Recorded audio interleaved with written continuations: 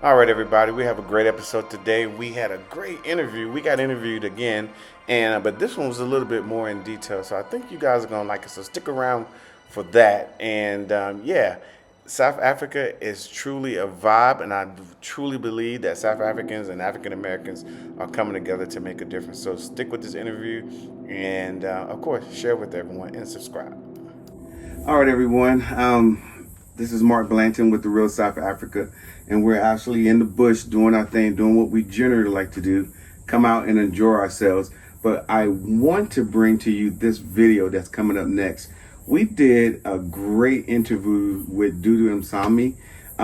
Great interview. We talked about travel, we talked about tourism, we talked about the connection to for African Americans to South Africa.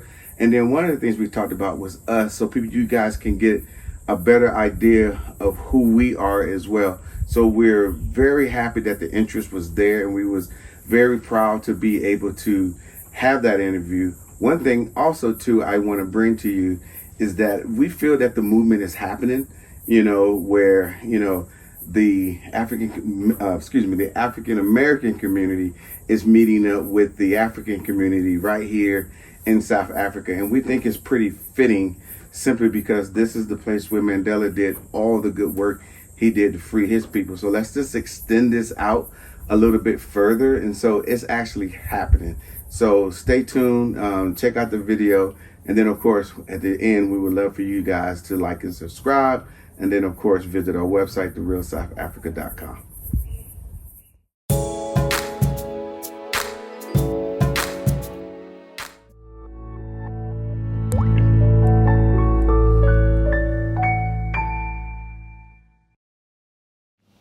There is an excerpt from a poem from a book called The Wealth for All Africans, How Every African Can Live a Life of Their Dreams, that says, most people write me off when they see me. They do not know my story. They say I am just an African. They judge me before they get to know me.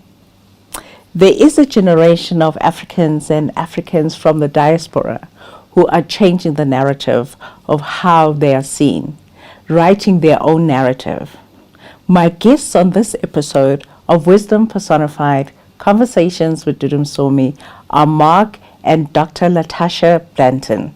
Mark and Dr. LaTasha Blanton's mission is to expose and showcase South Africa as a luxury destination, but also as a potential to African Americans, which warms my heart to no end. They are the founders of the Real South Africa tour company. Mark and LaTasha, thank you for making the time. Thank you for having us. So you guys were born in the US? Yes. Can you just tell me a bit about your childhood? Do you have siblings? What did you do for your pastimes? Wow. Okay. Yes. I was born in Augusta, Georgia, but I was raised in Fayetteville, North Carolina, and I do have siblings. I have one older brother, he's about 10 years older than me. I have an older sister, and then I have another older sister. So they both tell me what to do. And then I have a younger sister who I tell what to do.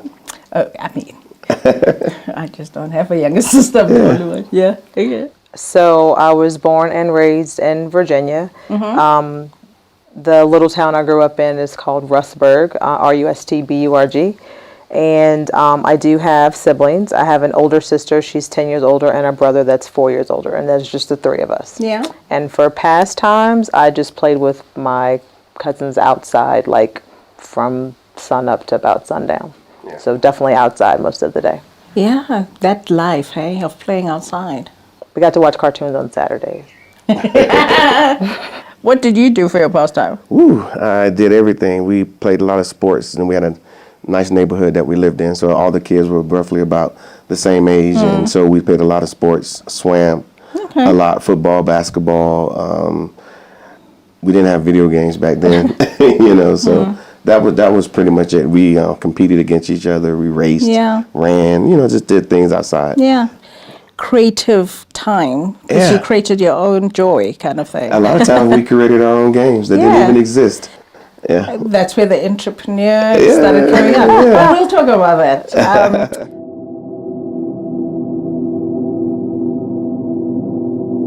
What do you think your unique value proposition is? If you were not here tomorrow, how will the world be poorer? Well, we do what we can to, leave a legacy behind. And so what we're doing now, we want to connect the African community with the African diaspora as well. I think if they could, look at what we're doing and just kind of continue to push the narrative. And if that doesn't happen, I would feel that would be a pity. Yeah. Yeah, so that's where we are. Mm-hmm. No, we totally agree on that statement. I mean, for the most part, I think that they would just need to realize that we've laid a path, and to just follow. If they follow it, even if we're not here, they should be fine. You started. Yeah. So you are the founders of the Real South Africa Tour Company, Correct. Which is part of what also intrigued me when I came across you guys. What does your company do, and why did you name it the Real South Africa? Okay, well, let me start with the second half. Why we named it the Real South Africa, because being in the U.S., we don't even hear much about Africa, positively, let alone South Africa. It's so far away. So all content, all things that we hear from the U.S. perspective is just Africa. So It's like we're one country. yeah, it's just Africa. So if it's happening in Northern Africa, it's happening in South Southern Africa. Yeah, in Southern Africa. And so we decided, since we was fortunate enough to come here during World Cup 2010, at least I was, and I saw an Africa that I didn't even know existed. And so I wanted to let people in the diaspora primarily know that, what we're showing them is what we see every day. And what's real to us, we want it to be real to them. So ultimately, I just named it the Real South Africa. And I think if people have really, they really like that title. Mm-hmm. I liked it because when I also follow your videos, Okay. it's like, and we had to leave it to people from outside to really expose who we are, because we are not really getting a strong enough voice or the confident voice to say, no, the images you have of us are not all true. But yes, I love that name completely. So you both started your first business a year after you were married. Not even a full year, actually. Really? Wow. What is the most challenging part of working with a spouse? Can you share wisdom on how you ensure that the business relationship does not adversely affect your marriage? When we first started the business, I'll just say that it wasn't a situation where we were like, oh, we're going to start a business. It was a situation where he saw my frustration and the position that I had as a director. And he basically was like, you can do this and I will support you. So we already knew what my strengths were. We knew what his were, and we just worked in that pattern. It doesn't mean that we don't have disagreements, but we definitely know who is good at what, and that's how we make it work. When it comes to separating it from our marriage, there is some spillover, but I do know that we make time to, like, we don't work all day. We definitely try to set boundaries for when we're going to work, when we're not going to work, and we make sure that we make things fun and that we do spend actual time together, even if it's just doing nothing. We make sure that we aren't always consumed with it, because we know what that looks like. We know how it made us feel. So we try to stay away from that. This appreciation of other people's strength, that is significant, isn't it? We're very much aware. Yeah. Very much And aware. there's certain things that she do better than I do, and then vice versa. And so when things come to me that I know that she's better at, I just automatically punt it to her. She can handle it better than me, which lowers our stress. Then so we can continue in our marriage at the same time. And it truly works. Yeah. So I think it's also respect, isn't it? Because some people have an issue around accepting that person has the strength. He's not significantly older, but he is older. Yeah. So I do have to respect that first. And there are a lot of things that, even as someone that's younger than him, I have to respect that he's, no matter what, he has lived longer than Yeah. me. So The wisdom. there's just gonna be some things that he's just gonna know. So even if I'm working within my strength and I hit a pothole, I'm like, hey, like, and just get his thoughts, and then I can work out the rest. But I do lean on him heavily for a lot of things because he has lived longer. Yeah.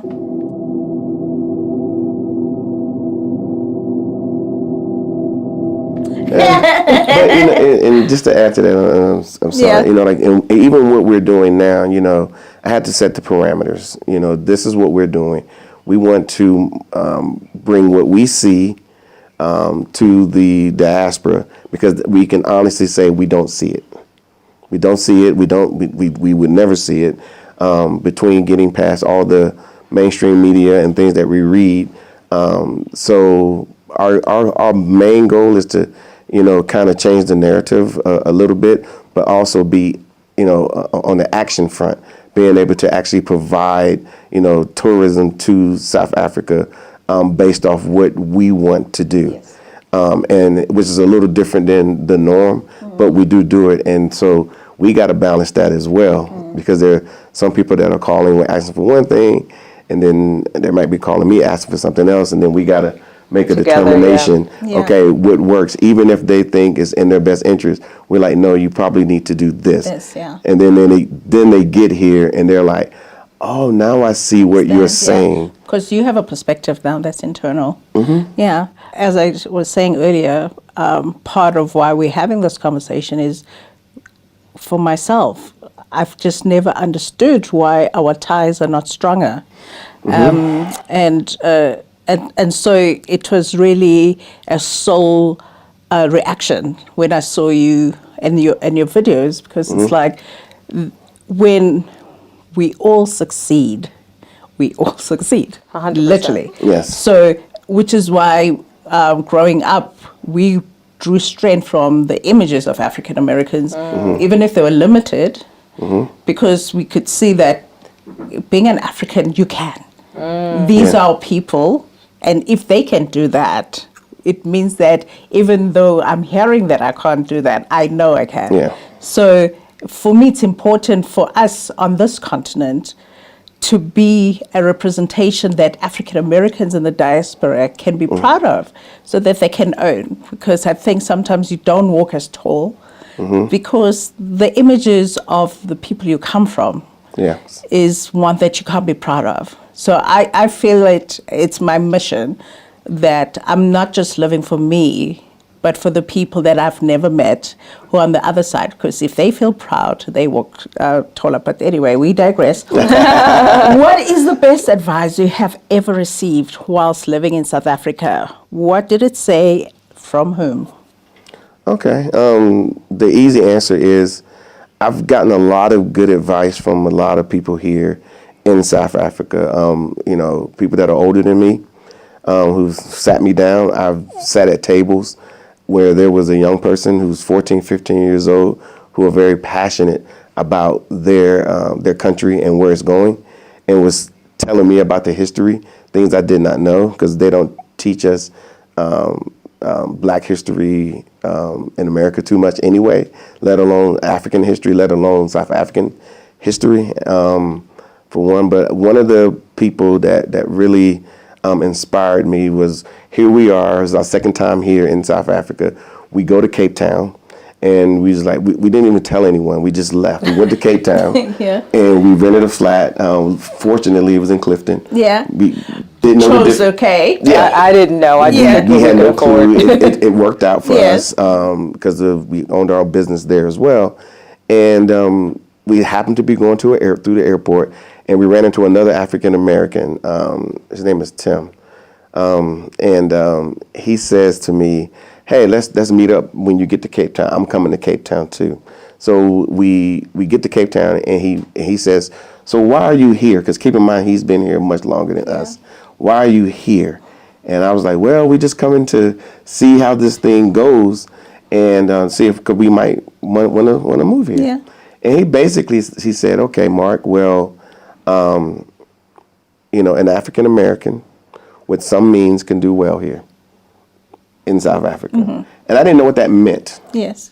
initially, but I took it. But as I moved forward, I started noticing what he was saying. So I was a little bit more bold in my steps. I was more deliberate with what we're doing, and that's why we're doing what we're doing in this tourism space, because we feel that I'm an African American with some means, so I can do some things. With the exchange rate, yes, you don't do too badly. That's for sure. It hasn't always been where it is right now, but I remember when it was 9-1, which wasn't bad. It wasn't bad even then. But now it's really it's just much favorable.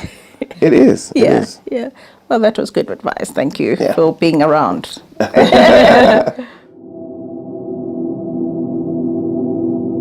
What is the most detrimental stereotype about people of African descent anywhere in the world that you heard or observed that you believe has kept them from experiencing their best lives?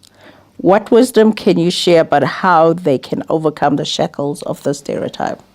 Okay, well, we're sharing wisdom. And that's what we're doing, which is good. I've been fortunate because in my previous lives, I feel like I'm in my fourth life at this point. And I've traveled a lot of the world, between being in the U.S. military for 13 years, being U.S. Secret Service for 10. I go where presidents go, vice presidents go. That's where I go.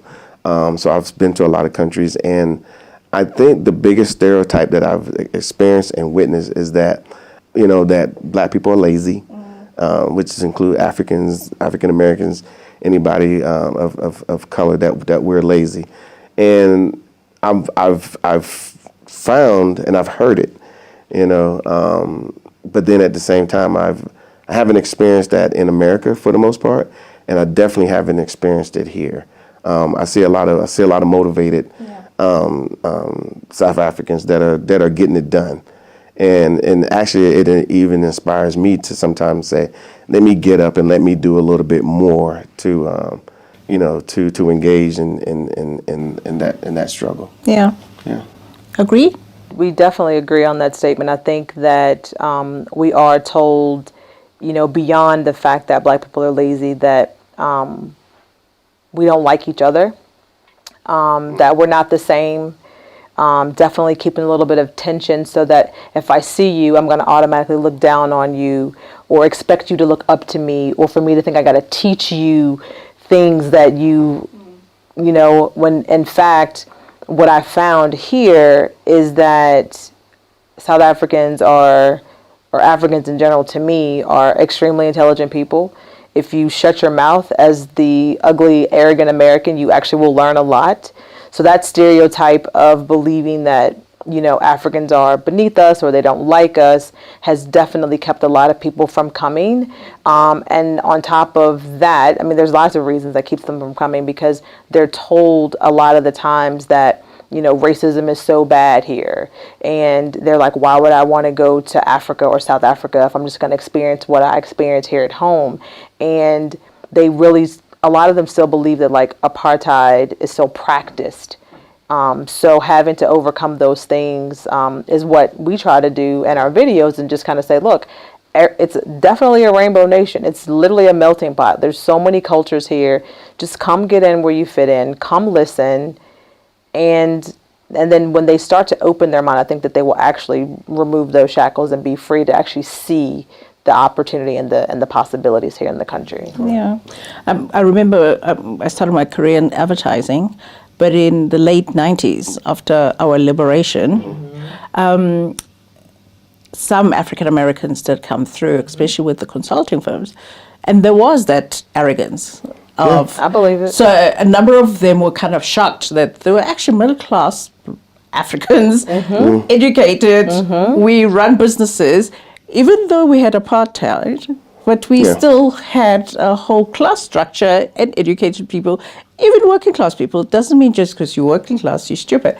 So a number of them will kind of experience a bit of a culture shock because they thought they were coming to teach us stuff.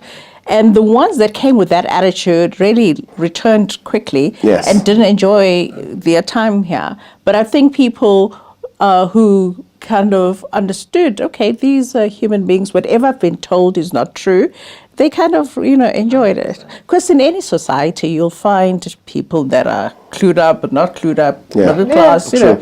But also the images, I mean, even where we're at, most people don't understand that we can live like this and be African. And, Are you even in South Africa? which is, isn't it terrible when they, especially with Cape Town, they'll say, oh, Cape Town is not the real Africa, or South Africa is not the real Africa. Yeah. But I mean, this is, Africa. the diversity. But That's the beautiful part about the country. It is diverse. You literally can get everything here. Every type of weather. I don't know where you are. And that's what I love about it, because I don't need to go anywhere. If I can just travel this country and see it, I'm good. Yeah, so now, and mountains. I know. And snow. culture. Yeah. True African culture. Yeah. What was the vision you had for your life? Looking at the life you have lived and are still living, has what you envisioned happened? What is better than you could have imagined? And what in your life has fallen short of your young aspirations?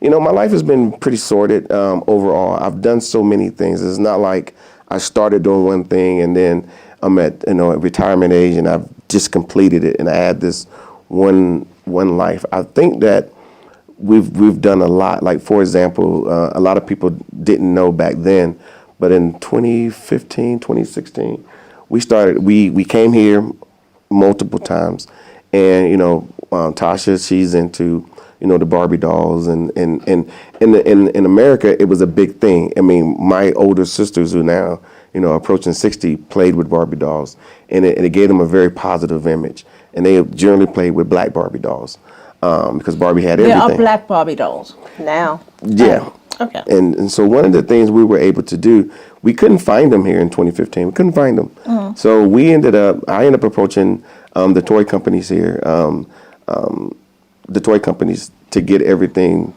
to get them here. And so we actually opened a store in Southgate that when you walked in, when you walked in, all you saw was black Barbies. And it was funny because the South Africans would come in, the little girls were so fascinated, and they're like, "Are these real Barbies?" Because they only saw Barbie as being white. Yes. And so forth. So that's just one of many things that I've been able to do. So I think as far as my life is concerned, my mother used to always say, help our people. And so I've been doing that throughout my life. And so that's been my whole goal. So, and I haven't fell short yet. Still going. Still going. Yeah. As far as like how my life is now compared to what I thought it was going to be, the truth of the matter is I honestly thought that I would be still practicing, physical therapy. But when we saw our opportunities here in South Africa, it literally changed what I actually wanted my life to look like. And I'm happy now that I actually get to live the life that I thought I was supposed to have in the U.S. Because what I know for sure is they tell you in the U.S. if you check all these blocks, you can have this type of life. Well, I checked all those blocks. And when I got to the end of checking those blocks and I looked at my life, it wasn't what they told me it was supposed to be. So when I came here and I was like, this is the life that I thought I was supposed to have after checking all those blocks. So living here literally is like what I thought my life was supposed to be. I just thought it was going to be on that side, but it happens to be here. And I accepted that if I'm going to live the life that I truly aspire to have, it has to be here here in South Africa.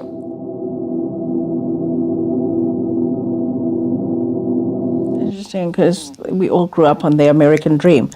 And I read a book it was when I started working, late 90s, early 2000s. And, but it was talking about the decimation of the middle class, even then in America, and a different perspective. So most of my life, I didn't know that there's an American dream, because from reading, I knew there wasn't the way it was portrayed.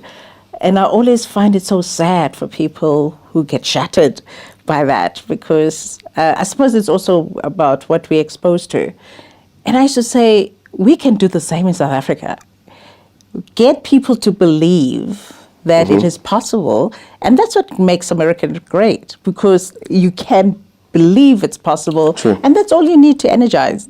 The fact that most people may not ever experience it, but we strive towards it. With us, we get very, South Africans quickly comfortable. We are very comfortable. You go quick to the soft life. Yeah, I found myself getting very comfortable here here in South Africa, and sometimes I had to motivate myself and remember. And the remembrance is the phone calls that we get from our potential travelers that are trying to say, hey, I need to do something else, or I just want to bring my wife on a vacation. So then I gotta motivate to get back up. You can't just because here you could just the weather's good most of the time. You can be very comfortable. Very comfortable here in South Africa.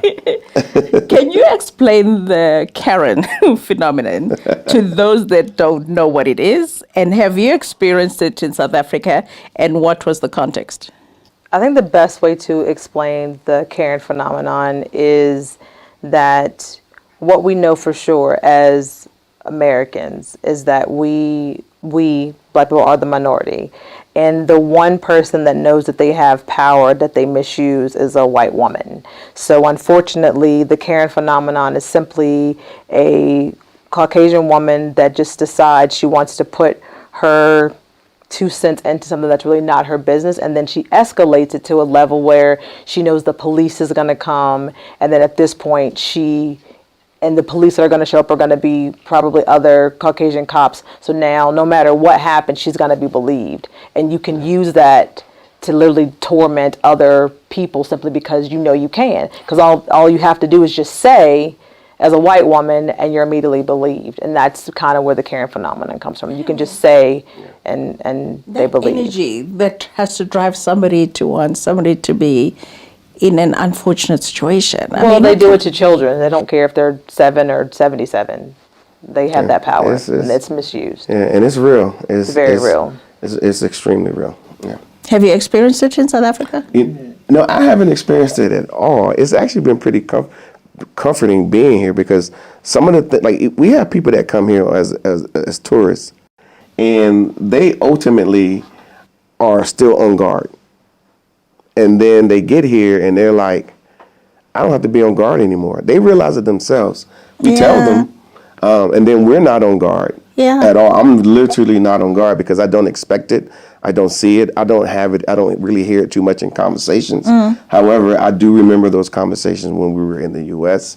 And we have those in the U.S. that are still experiencing it and would say, hey, yeah, this happened to me the other day.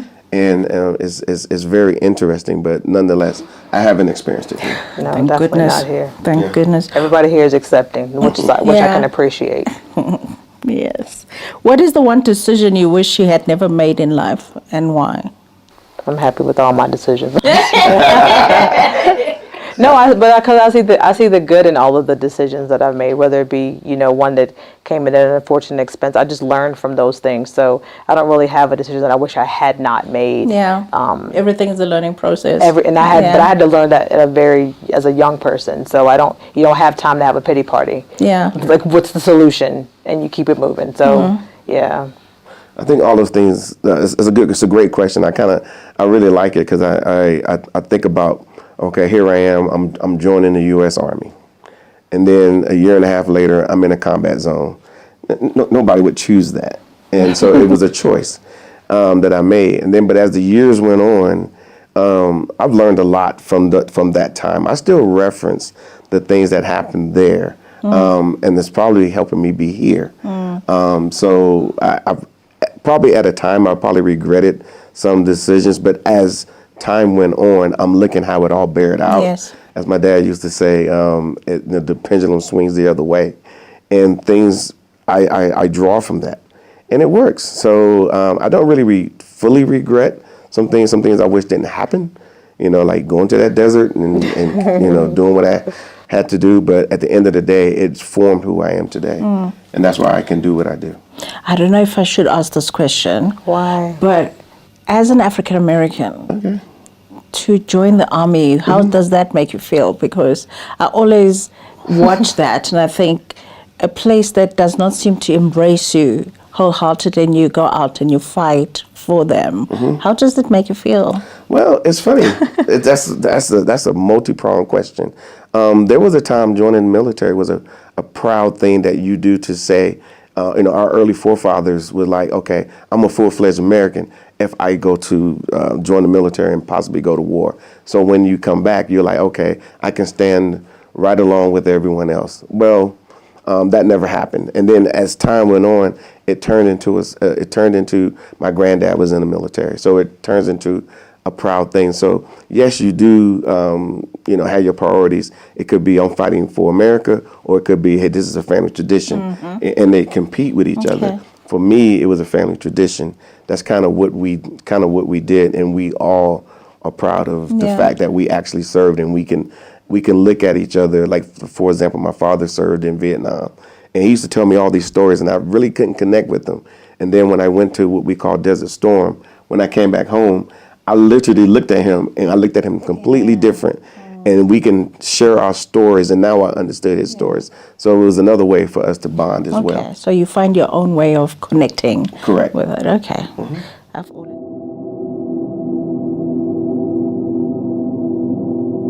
always wondered about that. Thank you. Yeah.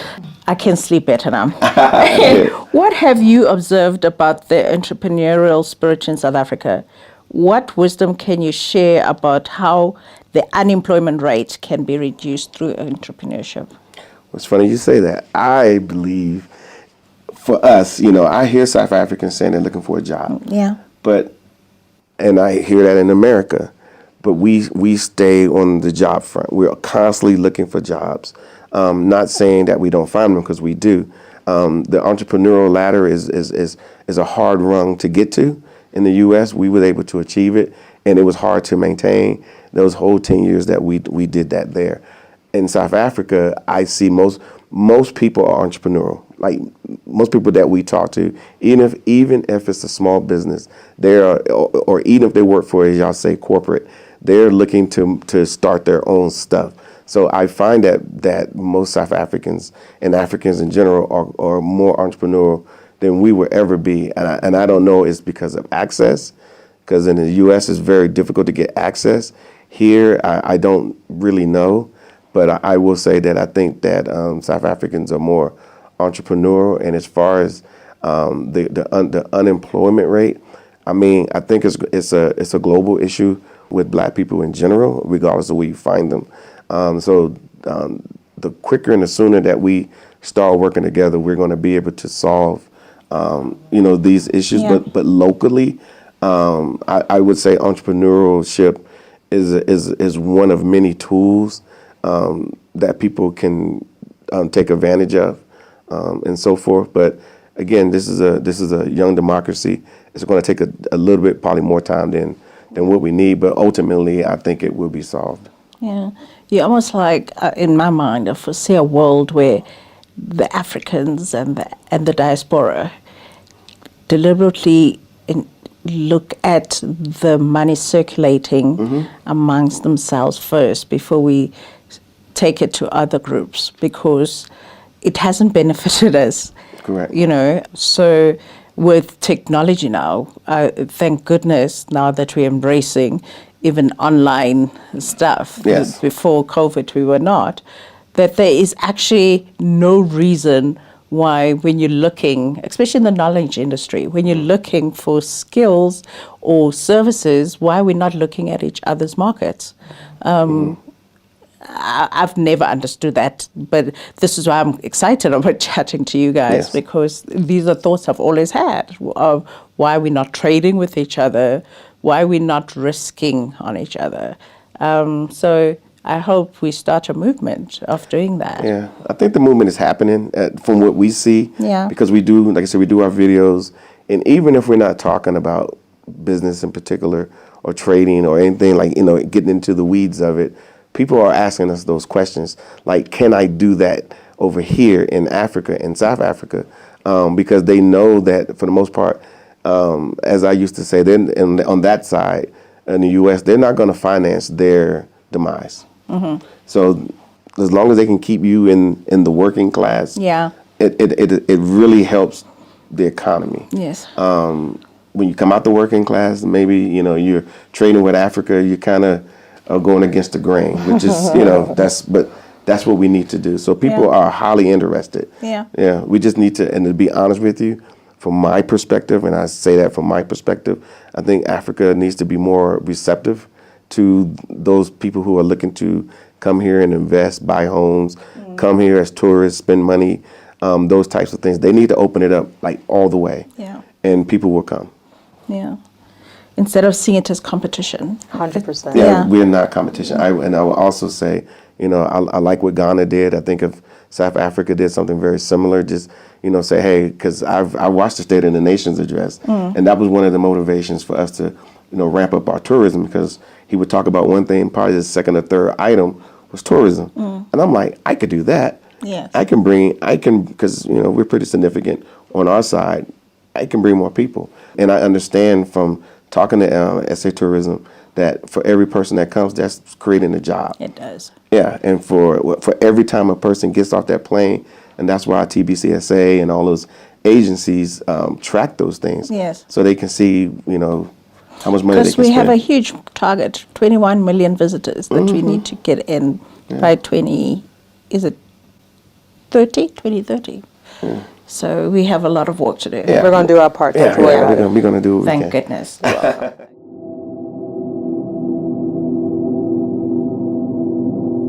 To wrap up, on your bucket list, what's still there to do? Travel more of this country. Definitely Like the wanna- little towns.